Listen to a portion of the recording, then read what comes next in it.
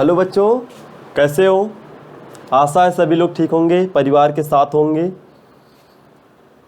मैं Bhim, mind blowing classes में आपका बहुत बहुत स्वागत है। जैसा कि हम पिछले कक्षाओं में पढ़ रहे थे, ठीक है, इसके बाद थोड़ा सा ब्रेक हुआ है हमारे विषयों में, जिसका कारण ये है कि मैं थोड़ा अस्वस्थ था। तो अब मैं स्वस्थ हूँ और आपको पूरी क्लासेस देने की कोशिश करूँगा, जो छूटा हुआ उसको कवर करने की कोशिश करूँगा, ठीक है। तो आज हम पढ़ रहे हैं क्लास 10th, ठीक है। क्लास 10th में हम एसएसटी पढ़ रहे थे, जो 2 चैप्टर हम कंप्लीट कर चुके थे। 3rd चैप्टर हम पढ़ने जा रहे हैं, जिसका नाम है जल संसाधन, वाटर रिसोर्सेज, ठीक। तो आइए चर्चा करते हैं। तो जल संसाधन क्या होता है? जल संसाधन क्या होता है? आपने पिछले चैप्टर में पढ़ा संसाधन पढ़ा है आपने, आपको पता है, डिफिनीशन पता संसाधन की। वे वस्तुएं या वे आवश्यकताएं जो क्या होती हैं, मनुष्य की आवश्यकताओं की पूर्ति करते हैं। वे वस्तुएं जो मनुष्य की आवश्यकताओं की या किसी भी की आवश्यकताओं की क्या करते हैं, पूर्ति करते हैं, क्या कहलाते हैं, संसाधन कहलाते हैं। और आगे क्या जुड़ा हुआ है, जल। क्या जुड़ा हुआ है, जल। अब जहां पे जल जुड़ा है तो जल क्या है, एक प्रकार क्या है, संसाधन ही हुआ हमारा। क्यों? क्योंकि जल क्या करता है, हमारी आवश्यकताओं की पूर्ति करता है। अगर हम बात करें तो अब जल, तो अगर हम पृथ्वी, तो जल जीवन के लिए क्या है, बहुमूल्य संसाधन है। क्या है, बहुमूल्य संसाधन है। आवश्यक भी है, क्योंकि इसके बिना जीवन संभव नहीं है। अगर हम पृथ्वी में बात करते हैं, ठीक है, पृथ्वी में लगभग 3/4 भाग, ठीक है, पृथ्वी में 3/4 भाग, बोला इसके 3 भाग, 1 2 3 भाग क्या है? अगर मान लेते ये इतनी बड़ी पृथ्वी है तो इसके 3 भाग क्या है, जल से घिरे हुए हैं। एक ही भाग में पृथ्वी या स्थल है, भूमि है, ठीक है। अगर हम इसकी बात कर लेते हैं तो अब दूसरी बात देखते हैं कि पृथ्वी पर ही क्या है, जीवन संभव है। पृथ्वी पर ही क्या है, संपूर्ण सौरमंडल में पृथ्वी एक ऐसा ग्रह है जिस पर जीवन और जल दोनों पाया जाता है। जीवन और जल दोनों पाया जाता है। लेकिन अगर हम बात करें, ये जो 3 हमने बताया आपको, जो 3/4 भाग जल है, ठीक है, तो 3/4 भाग जल तो है, लेकिन इसमें सभी जो जल है, सभी जल पीने योग्य नहीं है, पीने योग्य नहीं है, जिसका हम ग्रहण नहीं कर सकते हैं। लगभग इसमें सबसे ज्यादा जल कौन सा है, लवणीय जल है। कौन सा, लवणीय, ठीक है, जिसे हम खारा जल भी बोल सकते हैं, समुद्री जल भी बोलते हैं, ठीक है। लेकिन हम पीने योग्य कौन सा प्रयोग करते हैं, अलवणीय जल, ठीक है, जिससे हम क्या बोलते हैं, फ्रेश वाटर, जिसके क्या बोलते हैं, फ्रेश वाटर। फ्रेश वाटर का हम उपयोग पीने में करते हैं। अब फ्रेश वाटर मिलता हमें कहाँ से, सतही से, ठीक है, सतह की भूमि से, भूमिगत जल से, ठीक है, जिसे हम भौम जल या ग्राउंड वाटर कहते हैं। अब जिसका क्या होता है, पुनर्भरण एवं नवीकरण जलीय चक्र द्वारा होता रहता है, ठीक है। तो ये क्या हो रहा है, ये लगातार कम होता जा रहा है। अब जल संसाधन का अर्थ देख लेते हैं एक बार, क्या है। तो आपको बताया कि पृथ्वी एक ऐसा सौरमंडल में एक ऐसा ग्रह है जिस पर जल और जीवन दोनों संभव है। जल व जीवन दोनों पाए जाते हैं, जल व जीवन दोनों पाए जाते हैं। अब पृथ्वी के भूतल पर द्रव, ठोस, वाष्प, आपको पता है जल तीनों अवस्थाओं में प्राप्त होता है। जल तीनों अवस्थाओं में, ठोस, द्रव और गैस, ठोस, द्रव और गैस, तीनों में हमें प्राप्त होता है। अब इसी को क्या कहते हैं, जल संसाधन कहते हैं, ठीक है। क्योंकि हमारी आवश्यकताओं को 3 रूप में पूरी कर रहा है, गैस के रूप में भी पूरी कर रहा है, द्रव के रूप में पूरी कर रहा है और ठोस के रूप में भी पूरी कर रहा है। अब इनमें जो मांग है, जल की जो मांग है कौन सी है? ताजे जल की। ताजे जल की मांग क्या है? सबसे ज्यादा, फ्रेश वाटर। ठीक है, कौन सी? फ्रेश वाटर की मांग क्या है? बहुत ज्यादा है। क्यों? क्योंकि सबसे ज्यादा मुख्यतः किसमें? पेयजल के रूप में प्रयोग किया जाता है। तो अगर हम बात कर लेते हैं तो पृथ्वी में जो कुल जल 3/4 भाग जो जल उपलब्ध है उसमें से 97.5%, ठीक है, 97.5% जो जल है समुद्र में है। ठीक है, समुद्र में है या कह सकते हैं खारा जल है या समुद्री जल है। कौन सा है? समुद्री, खारा या समुद्री जल है। तो इसका उपयोग पीने में तो पेयजल के रूप में नहीं किया जा सकता, आपको भी पता है। ठीक है, अब इसमें केवल अब बचा कितना? 2.5% जल बचा कुल, जो क्या है? शुद्ध है, शुद्ध या फ्रेश या ताजा या अलोड़ी। ठीक है, 2.5% जल पृथ्वी पर उपलब्ध है। ठीक है, जिसको हम पेयजल के रूप में उपयोग करते हैं। लेकिन इसमें भी मीठे पानी का भी 2/3 भाग, ठीक है, 2/3 भाग कहाँ पे है? ग्लेशियर तथा ध्रुवीय में बर्फ के रूप में जमा है। किसमें? इसका 2/3 भाग भी क्या है? 2.5% का भी 2/3 भाग कहाँ पे जमा है? ग्लेशियर में जमा है, बर्फ के रूप में जमा है। तो लगभग हमारा जो बचता है 1/3 भाग कौन सा? हमें पेयजल के रूप में प्राप्त होता है।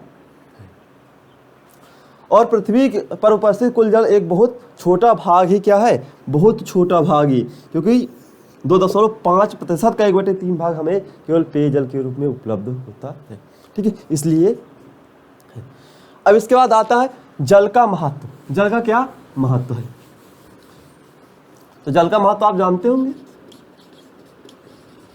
जल का महत्व, जल का क्या महत्व है? तो जल पृथ्वी की समस्त वनस्पतियों, पशु पक्षियों तथा मानव जीवन का मूल आधार है।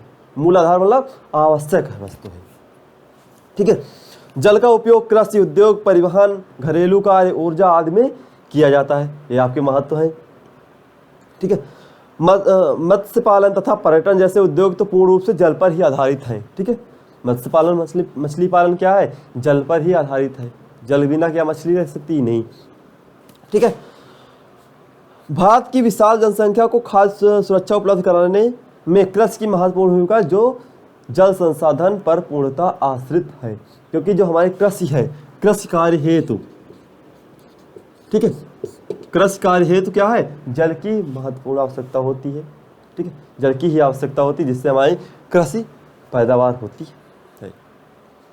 अब इसके बाद बात करते हैं भारत के जल संसाधन। ठीक है, भारत के जल संसाधन, भारत के जल संसाधन, भारत के जल संसाधन। तो भारत में विश्व के कुल जल संसाधन का 4% भाग ही उपलब्ध है। ठीक है, कितना? विश्व का 4% भाग। ठीक है, 4% भाग ही हमें उपलब्ध है। जल का विश्व के 4% भाग भी हमें उपलब्ध है। प्रत्येक वर्ष यहाँ लगभग 4000 घन किलोमीटर जल प्राप्त होता है। 4000 घन किलोमीटर जल, 4000 घन किलोमीटर जल क्या होता है?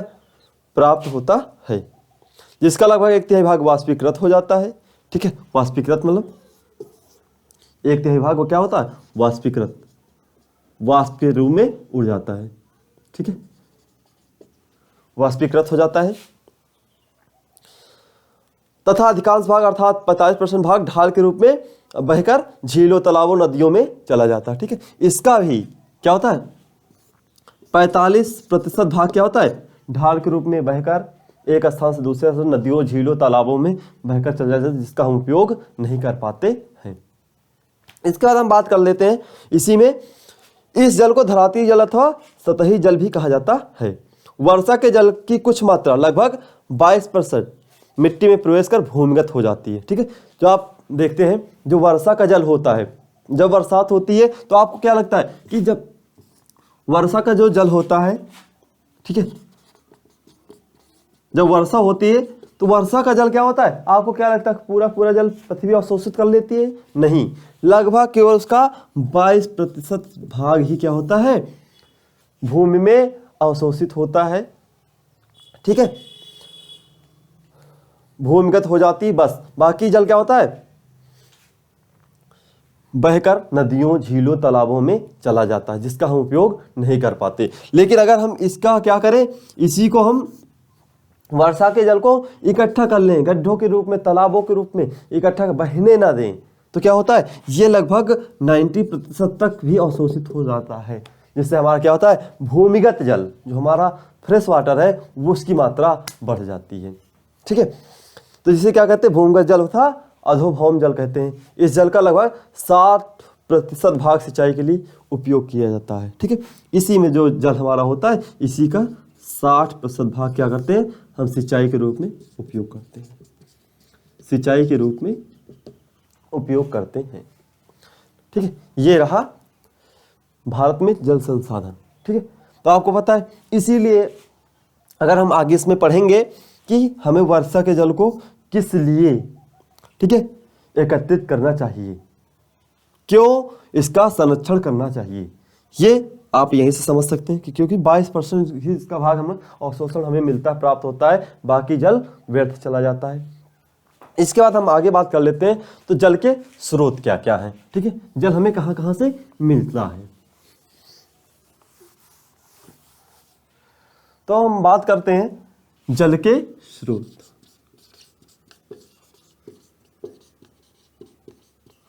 तो जल के स्रोत क्या है, जल की उपलब्धता के आधार पर जल संसाधन के कितने 3 प्रकार होते हैं। पहला महासागरीय जल, पहला कौन सा,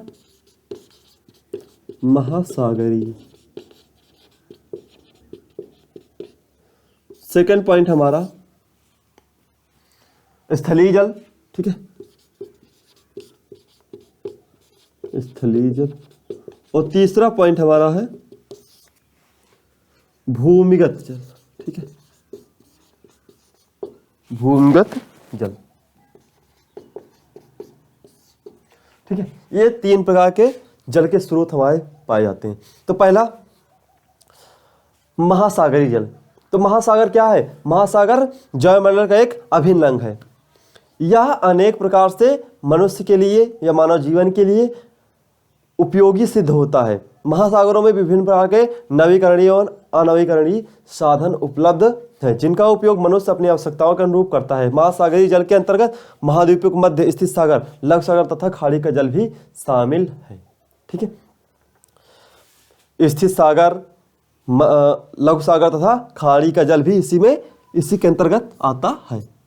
ठीक है, इसके बाद अगर हम बात करते हैं तो समुद्री जल भारत की मुख्य भूमि के तीन ओर लगभग 61,100 किलोमीटर लंबा समुद्र तट है। ठीक है, आपको पता है जो भारत का ऐसा है तो 3 ओर आपको जल प्राप्त हो जाता है, वो कैसा है, समुद्री जल है या महासागरीय जल। ठीक है, अब इस प्रकार का प्रायद्वीपीय भाग समुद्री जल से संपन्न है। ठीक है, समुद्री जल संसाधन से क्या है, संपन्न है, क्योंकि यहाँ पे बहुत सारे उद्योग या संसाधन प्रयुक्त होते हैं जो मानव जीवन के लिए, ये यहाँ के लिए क्या है, उपयोगी सिद्ध हो रहे हैं। इसके बाद अगर हम बात करते हैं समुद्री जल क्या होता है, खारा होने के कारण पीने योग्य तो नहीं होता है। आपको पहले बताया कि समुद्री जल क्या होता है, पीने योग्य नहीं होता है, लेकिन इसका उपयोग हम मत्स्य पालन, ठीक है, नौ परिवहन मतलब जो जल की जहाजें होती हैं, ठीक है, उसमें, ठीक है, अनेक प्रकार सागरीय जीव जैसे मूंगा, मोती, झींगा, घड़ियाल, कछुआ आदि इसमें हम पाए जाते हैं और इनका हम उपयोग संसाधन के रूप में करते हैं, यानी से व्यापार करते हैं। ठीक है, समुद्री जल का सर्वोत्तम उपयोग यह है कि इससे ही खाद्य नमक भी प्राप्त होता है। समुद्र से ही क्या होता है, हमें खाने वाला जो नमक होता है ये प्राप्त होता है। इसके बाद हम दूसरा पॉइंट देखते हैं। तो दूसरा पॉइंट जो हमारा है स्थलीय जल। कौन सा? स्थलीय जल है। ठीक है, तो स्थलीय जल मतलब धरातल अर्थात भूमि की सतह पर पाए जाने वाले जल को स्थलीय जल कहते हैं। जो पृथ्वी की ऊपरी सतह पर पाया जाता है उसे क्या बोलते हैं? स्थलीय जल कहते हैं। यह मुख्यतः 3 रूप में पाया जाता है। पहला पॉइंट वर्षा जल। ठीक है, पहला पॉइंट कौन सा होगा? वर्षा का जल। ठीक है, वर्षा का जल। ठीक है, तो वर्षा जल क्या है? धरातल पर जो जल वर्षा के द्वारा प्राप्त होता है। ठीक है, धरातल पर जो जल वर्षा के द्वारा प्राप्त होता है उसे वर्षा जल कहते हैं।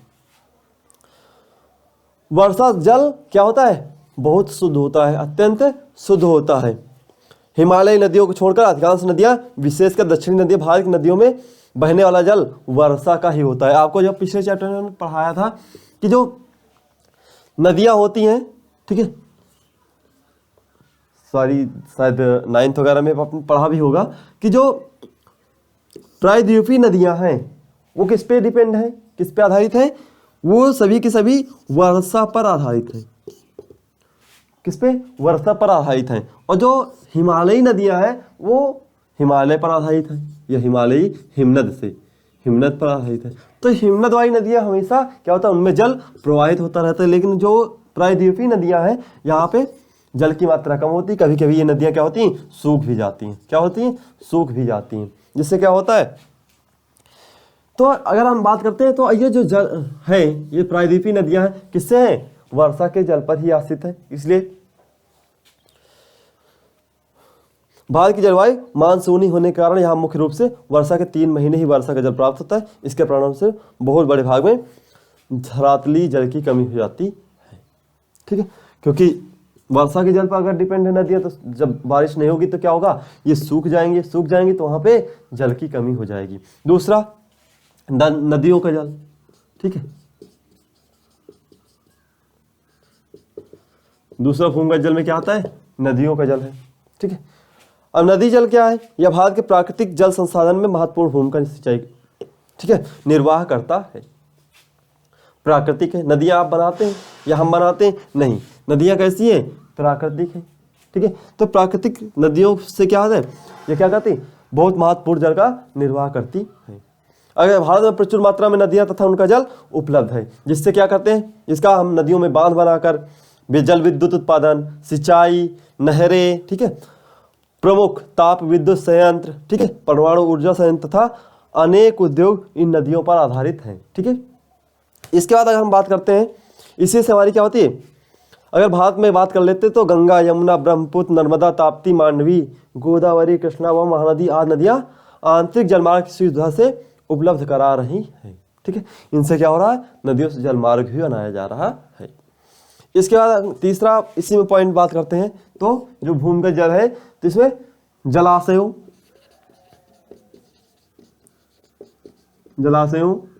तालाबों व झीलों का जल।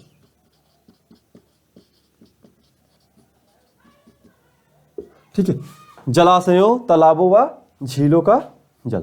ठीक, तो भूमि के ऊपर पाए जाने वाले जल को संसाधन को, तो तालाब भी प्रमुख साधन है। ठीक है, इसमें वर्षा का जल क्या होता है? एकत्रित होता है और जिसमें वर्ष भर सिंचाई की जाती है। आपको हमने पहले बताया कि जो वर्षा का जल होता है, ठीक है, वो जलाशयों, तालाबों और झीलों पर ही इकट्ठा होता है, और जो इनमें इकट्ठा नहीं हो पाता वो नदियों में बह जाता है, और जो नदियों में बह जाता है वो सीधा समुद्र में जाता है। लेकिन जो जल इनमें रुक जाता है या स्थिर हो जाता है, उनका हम उपयोग सिंचाई में करते हैं। ठीक है, किस में करते हैं? सिंचाई में करते हैं। तथा बांध बनाकर जल विद्युत का उत्पादन भी जलाशयों से किया जाता है। ठीक है, झीलों से, और झील को हमारा पर्यटन स्थल भी बनाया जाता है, जिससे हमारा क्या होता है? संसाधन में विकास होता रहता है। इसके बाद अगले हम बात कर लेते हैं, तीसरा पॉइंट हमारा जो है भूमिगत जल। ठीक है, कौन सा? भूमिगत जल। तीसरा पॉइंट हमारा है भूमिगत जल। ठीक, तो भूमिगत जल क्या है? वर्षा जल का कुछ भाग भूतल की मिट्टी द्वारा सोख लिया जाता है। ठीक है, क्या होता है? अवशोषित कर लिया जाता है, जो क्या होता है पृथ्वी की भूमि के नीचे चला जाता है, जिससे क्या होता है पृथ्वी का जो जल स्तर है वो सामान्य बना हुआ रहता है। अगर हम बात कर ले तो इसी से जो अवशोषित किया हुआ जल है पृथ्वी की निचली सतह पर जाकर क्या हो जाता है? एकत्रित हो जाता है। और उसको किसमें ये कह सकते हैं? आप समझ लीजिए कि जो वर्षा का जल है, वर्षा का जल पृथ्वी की ऊपरी सतह पर गिरता है तो क्या होता है? यहीं पे तो रुकता नहीं, तो नीचे जाता ही रहता है। अगर अवशोषित जल हो गया तो नीचे जाता ही रहेगा। जब नीचे जाता रहेगा तो आप समझ सकते क्या हो जाएगा? फिल्टर होगा। फिल्टर मतलब समझ रहे हैं? छनन। ठीक है, तो क्या होगा? जितना नीचे जाएगा उतना ही जल का स्तर क्या होगा? जल हमारा कैसा होगा? शुद्ध होगा। जल कैसा होगा? शुद्ध होगा। ठीक, तो इससे क्या होता है? ये एक क्या हो जाता है? मीठे पानी की झील बन जाती है। ठीक है, मीठे पानी के वर्षा का जल जो भूमिगत जाता है तो भूमिगत जल ही क्या होता है? हमारा मीठा पानी हो जाता है। ठीक, इसीलिए यह एक मीठे पानी के स्रोत के रूप में जल का प्राकृतिक स्रोत है। इसको कुआं, अब नलकूपों आदि द्वारा उपयोग में लाया जाता है। ठीक है, कुआं द्वारा, नलकूप द्वारा या ट्यूबवेल द्वारा। ठीक है, इसको क्या करते हैं? इस जल को हम ऊपर लाते हैं और पीने योग्य उपयोग करते हैं। ठीक है, तो इसके बाद हमारा है जल संबंधित आंकड़े एवं तथ्य। ठीक है, इसको नेक्स्ट क्लास में पढ़ते हैं। ठीक है, आज इतना ही। ठीक है, नमस्कार।